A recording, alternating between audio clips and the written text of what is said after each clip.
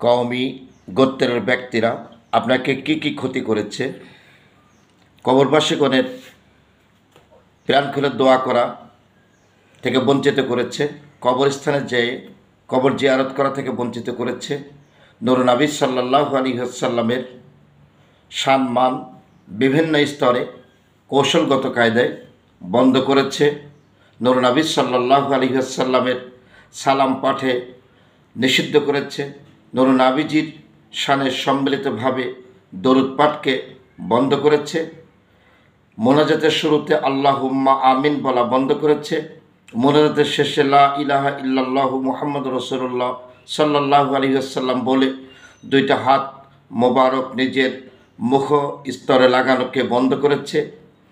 তারা যে কোনো ব্যক্তি সামাজিক ঐক্য এবং সম্প্রীতির বন্ধনে আপ্যায়ন এবং সিন্নি বিতরণ থেকে সম্পূর্ণ বন্ধ করেছে।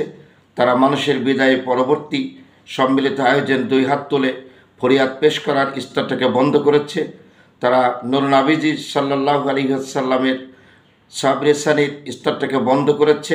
অর্থাৎ মানুষ মানবতার কল্যাণে যত শিক্ষা দীক্ষা আল্লাহ এবং রসুলের পক্ষ থেকে তা সম্পূর্ণ বিলুপ্ত করে তারা নিজেদের জানান দিয়ে নিজেদের পরিচয় উত্থান করে তারা ঘরে ঘরে বাড়ি বাড়ি স্তরে স্তরে যে কোনো স্থানে তারা নূর নবীজির ঘর মাদ্রাসা পরিচয় দিয়ে নিজেদের পথ চলার পথটাকে সুগম করে নিয়েছে।